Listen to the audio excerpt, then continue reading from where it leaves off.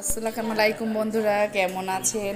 এই যে আজকের ডিনার আপনাদের সামনে নিয়ে হাজির হয়ে গেলাম। আজকের ডিনারে কি বানিয়েছি? আজকের ডিনারে বানিয়েছি গরম গরম ফুলকো লুচি।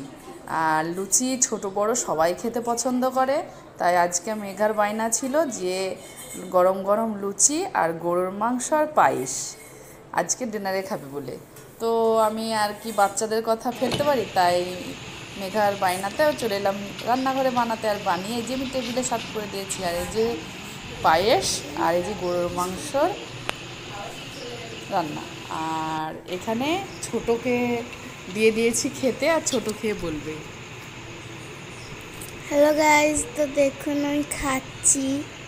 ও খেয়ে নিলাম, খুব সুন্দর হয়েছে সোনামা, এত সুন্দর খাবার, ওয়াও।